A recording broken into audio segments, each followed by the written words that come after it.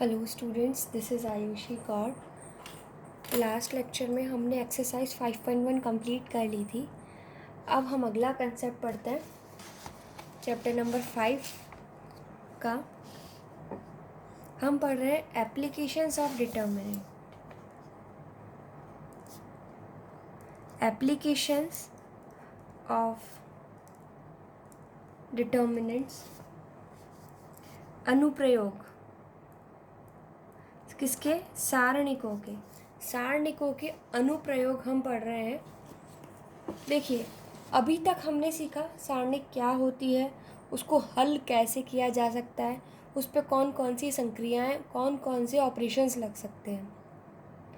अब हम सीखेंगे कि सारणिक का यूज़, डिटर्मिनेंट का यूज़ हम किन किन चीज़ों में कर सकते हैं। पहला चीज़, त्रिभुज का क्षेत्रफल, एरिया ऑफ ट्रायंगल। हमने त्रिभुज का क्षेत्रफल निकालने का एक फॉर्मूला सीखा है, जबकि हमें उसके तीनों वर्टिसेस, तीनों शीर्ष पता हो।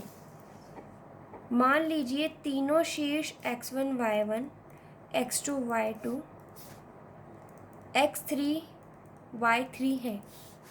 तब त्रिभुज का जो क्षेत्रफल है, एरिया ऑफ ट्रायंगल जो है, उसका फॉर्मूला आप सभी ने पढ़ा है, half x1 y2 minus y3 plus x2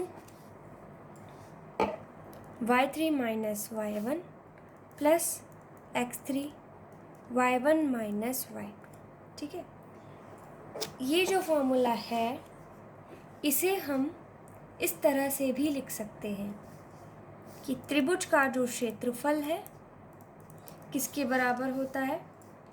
half x1 y1 1, x2 y2 1, x3 y3 1। अब अगर आपका क्वेश्चन आता है कि त्रिभुज का क्षेत्रफल ज्ञात कीजिए, तो आपको इस वाले सूत्र का प्रयोग करना है, ना कि इस वाले का। अब ये वाला जो सूत्र है, ये जो फॉर्मूला है, ये फॉर्मूला कोई नया नहीं है।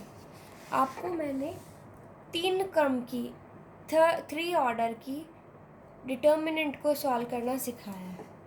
देखिए, अगर मैं इसको R1 के सापेक्ष प्रसार कर दूं, अगर मैं इसका एक्सपेंशन कर दूं अलोंग R1, तो क्या बनेगा? हाफ तो बाहर है ही, ठीक है। ये बनेगा x1 y2 माइनस y3। फिर इसके बाद में क्या आएगा? प्लस के बाद में फिर आता है माइनस। देखो, यहाँ x1 है, यहाँ x2 है, यहाँ x3 है, तो मैं R1 के सापेक्ष इसको प्रसार नहीं कर रही, मैं इसको किसके सापेक्ष कर दूँ? C1 के सापेक्ष करना चाहिए मुझे। तो मैं यहाँ लिख रही हूँ एक्सपेंडिंग अलोंग C1 के सापेक्ष प्रसार करने पर, तो x1 y2 माइनस y3। अब माइनस में x2 क्या बनेगा? y1 माइनस y3, फिर plus x3 y1 minus y2। ये जो फॉर्मूला है x1 y2 माइनस y3, अब यहाँ से अगर मैं माइनस बाहर ले लूँ कॉमन, तो ये प्लस का x2 y3 minus y1 plus x3 y1 minus y2। देखिए, इस फार्मूले से वापस यही वाला फार्मूला आ गया है। तो अब हमने जो सीखा है वो क्या है? नया ये है कि इस सूत्र को हम सारणिक के रूप में, डिटर्मिनेंट की फॉर्म में इस तरह से भी लिख सकते हैं। ठीक है। सेकंड जो है वो आपका क्या है, देखते हैं। पहला जो है आपका वो है area of triangle, and second है जो एप्लीकेशन, वो क्या है? Condition of collinearity.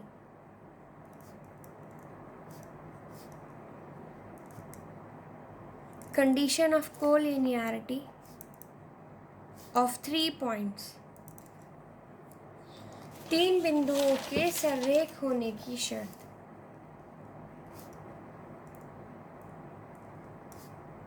तीन बिंदुओं के सररेख होने की शर्त।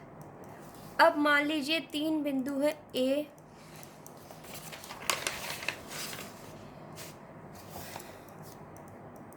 बी एंड सी। ये 3 बिंदु है। ये संरेख कब होंगे? देखो ये चीज़ हमने पहले भी पढ़ी है छोटी क्लासेस में कि 3 बिंदु से मिलकर त्रिभुज बनता है। 3 बिंदुओं को अगर हम रेखाओं से मिला दें तो त्रिभुज बन जाएगा। वो तीनों बिंदु संरेख है, इसका मतलब एक रेखा बनेगी। इसका मतलब क्या हो गया कि त्रिभुज का क्षेत्रफल कितना होना चाहिए? 0। कोलिनियरिटी की कंडीशन क्या होती है कि एरिया ऑफ ट्राइंगल किसके बराबर होता है? 0 के बराबर होता है।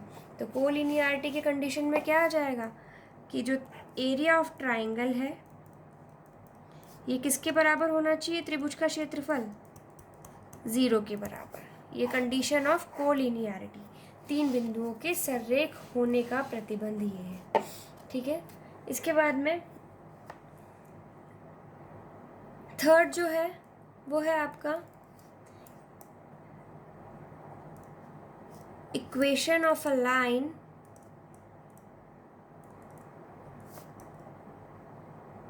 passing through 2 points। 2 बिंदुओं से गुजरने वाली रेखा का समीकरण। अगर आपसे पूछा जाता है 2 बिंदुओं से गुजरने वाली रेखा का समीकरण, तो आप वो कैसे बताएंगे? x y 1 x1 y1 1 x2 y2 1 is equals to 0। अब देखिए किन्हीं 2 बिंदुओं से गुजरने वाली रेखा का समीकरण हमने पढ़ा है क्लास 11th में।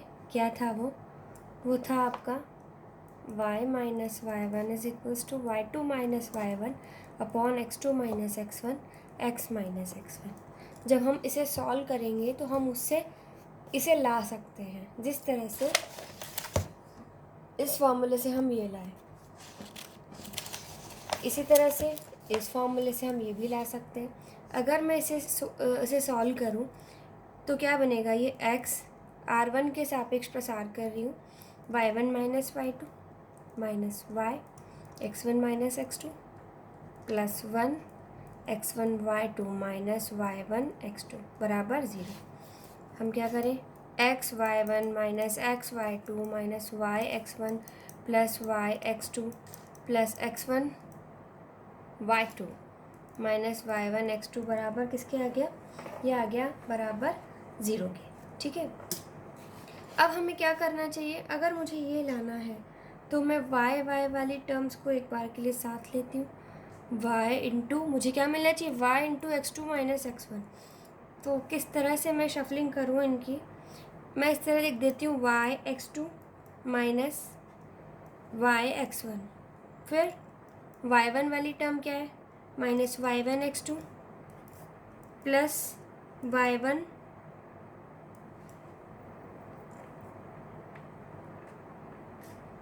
x1 y2 y1 x2 plus y1 x। ठीक है, इसके बाद में इधर थोड़ी जगह कम है, हम स्टाफ को वापस पीछे लिख लेते हैं, ये वाला X Y one minus X Y two वाले को X Y one minus X Y two minus Y X one plus Y X two plus X one Y two minus Y one X two बराबर 0। ये आ रहा है हमें। ठीक है, अब हमें इसको उस फॉर्मूले में कन्वर्ट करना है। मैंने क्या किया है उसके लिए, इसमें मैं एक बार x1 y1 को जोड़ रही हूँ और एक बार x1 y1 को घटा रही हूँ। ये आपसे कोई प्रूव नहीं करवाएगा, सिर्फ ये दिखाना चाहती हूँ मैं आपको कि वो फार्मूला और ये फार्मूला सेम ही है। हमने क्या किया, एक बार x1 y1 को ऐड किया और एक बार x1 y1 को घटाया, तो इस इक्वेशन पे कोई भी फ़र्क नहीं पड़ रहा है। अब देखते हैं हम वाई वाली जो टर्म्स हैं दोनों, उन्हें साथ में अगर हम ले लें तो वाई वाली टर्म्स ये दोनों हैं, इन्हें मैंने साथ में ले लिया, y(x2 - y(x1). इसके बाद में दो टर्म्स हम और साथ में ले लें y1 वाली, क्योंकि मुझे यहाँ पर इसी तरह का फॉर्मेशन करना है। सो मैं ये कर रही हूँ माइनस में y1(x2) एंड प्लस में ये वाला y1(x). बाकी टर्म्स को उधर ले जाते हैं तो ये बनेगा y2x माइनस, इसको उधर लिया है तो y2(x1) minus y1(x) plus x1 y1। अब देखिए इन दोनों में से मैं और इन दोनों में से यहाँ से मैं y कॉमन ले लूँ तो ये बन रहा है x2 माइनस x1। इन दोनों में से मैं क्या कॉमन ले सकती हूँ, माइनस का y1 अगर कॉमन ले लूँ तो x2 minus x1। This is equals to, इन दोनों में से भी मैंने y2 कॉमन लिया तो x माइनस x1। इन दोनों में से मैंने माइनस का y1 कॉमन लिया तो ये भी बना x माइनस x1। इन ही दोनों टर्म्स में से x2 माइनस x1 अगर कॉमन निकाले तो अंदर बच रहा है y माइनस y1। इन दोनों टर्म्स में से x माइनस x1 अगर हम कॉमन निकालें तो यहाँ पर बच रहा है y2 माइनस y1।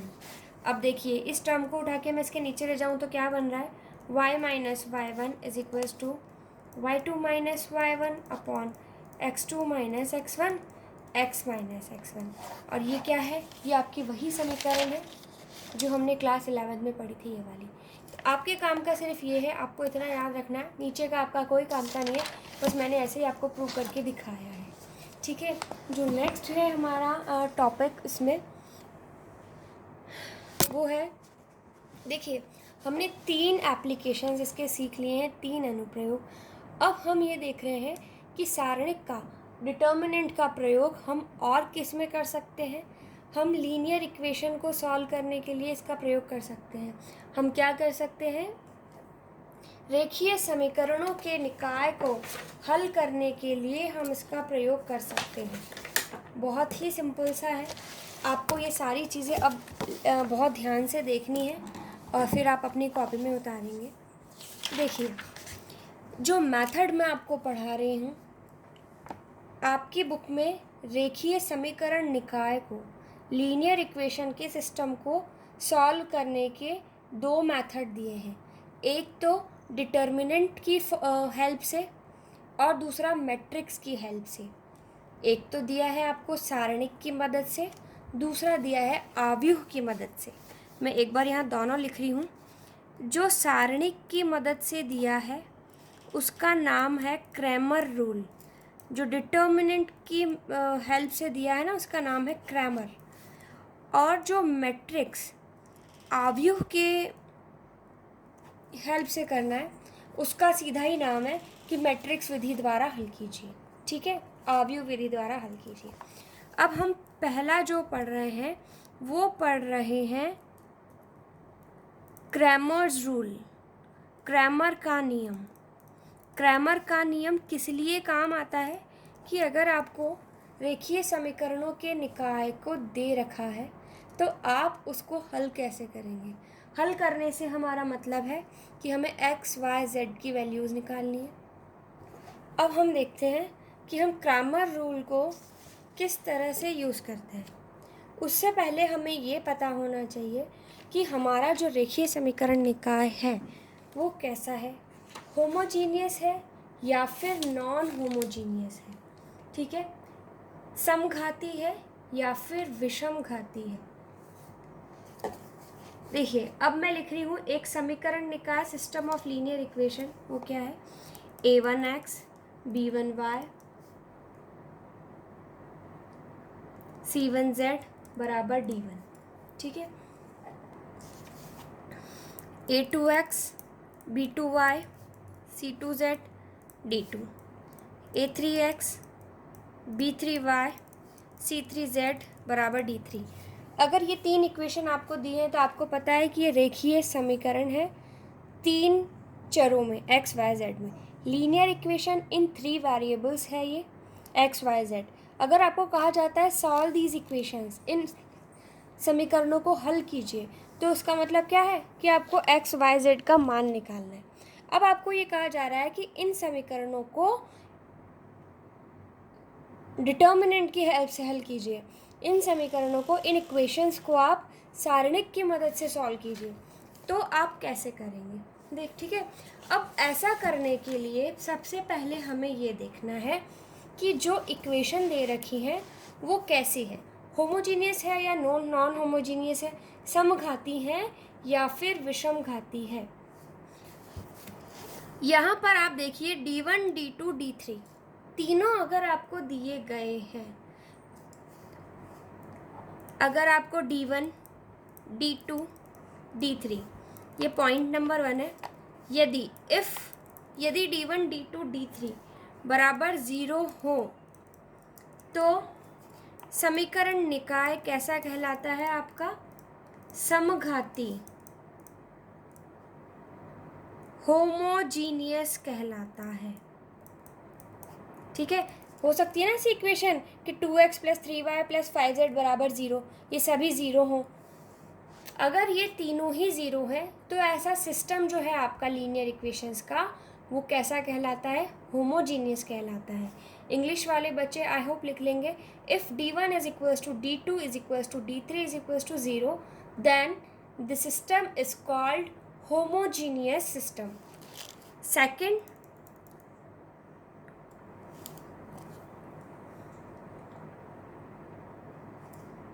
अन्यथा यह विषमघाती कहलाता है। देखो तीनों ही 0 होने चाहिए तभी ये समघाती होमोजीनियस कहलाएगा, अन्यथा यह विषमघाती मतलब नॉन होमोजीनियस कहलाएगा। इंग्लिश वाले बच्चे क्या लिखेंगे, second point, otherwise the system is called non homogeneous. अब मेन बात, आपकी बुक में, आपके कोर्स में ये नहीं है, आपको पता होना चाहिए होमोजीनियस इक्वेशन क्या होती है, नॉन होमोजीनियस क्या होती है। इनको भी हल किया जा सकता है, इनका भी सॉल्यूशन निकाला जा सकता है, होमोजीनियस का, नॉन होमोजीनियस का भी सॉल्यूशन निकाला जा सकता है, लेकिन आपके कोर्स में ये नहीं है। हम आपके बुक के अकॉर्डिंग सिर्फ नॉन होमोजीनियस का ही सॉल्यूशन निकालेंगे। ठीक है, तो ये तो हो गई हमारी पहली बात कि हमें पढ़ना क्या है, हमें सिर्फ नॉन होमोजीनियस इक्वेशंस को ही पढ़ना है। ठीक है, अब कुछ चीज़ें हम पढ़ेंगे, कुछ सिंबल्स हम पढ़ रहे हैं। मैंने आपको बताया है डेल किसको रिप्रेजेंट करता है, किसी भी सारणिक को, किसी भी डिटर्मिनेंट को हम डेल से रिप्रेजेंट करते हैं। ठीक है, अब जो डेल है आपका, वो डेल क्या होता है, डेल बराबर, अब आप ये देखो समीकरण लिखा है, इसमें से सिर्फ आपको इधर के जो कोफिशिएंट है, गुणांक है, उनको लेना है। तो डेल क्या है आपका, A1, A2, A3, B1, B2, B3, C1, C2, C3 del, ये एक सारणिक बन गई, आप इसको हल कर सकते हैं आराम से। तो ये आपका क्या कहलाता है, ये आपका कहलाता है डेल। ठीक है, इसके बाद में डेल 1 की जब बात, ध्यान से देखिए प्लीज़, डेल 1 की अगर बात की गई है तो यहाँ क्या है, ये 1, इस 1 का मतलब है कि आपको इस पहले कॉलम को हटाना है और इसकी जगह D1, D2, D3 लगाना है। डेल 1 है, इसका मतलब है कि पहला स्तंभ को आप D1, D2, D3 मतलब A1, A2, A3 को हटा के उसकी जगह आपने क्या रख दिया, D1, D2, D3, तो ये आपका डेल 1 बन गया। बाकी के जो कॉलम हैं वो आपके ऐसे के ऐसे रहेंगे। अब हम बात करें डेल 2 की, तो डेल 2 क्या होता है, डेल 2, यहाँ 2 लिखा है, इसका मतलब आपको सेकंड कॉलम को, द्वितीय स्तंभ को रिप्लेस कर देना है। तो यहाँ A1, A2, A3 तो ऐसा का ऐसा है। अब किसकी हटने की बारी है, डेल में से सेकंड कॉलम को हटा दो और इसकी जगह D1, D2, D3 रख दो।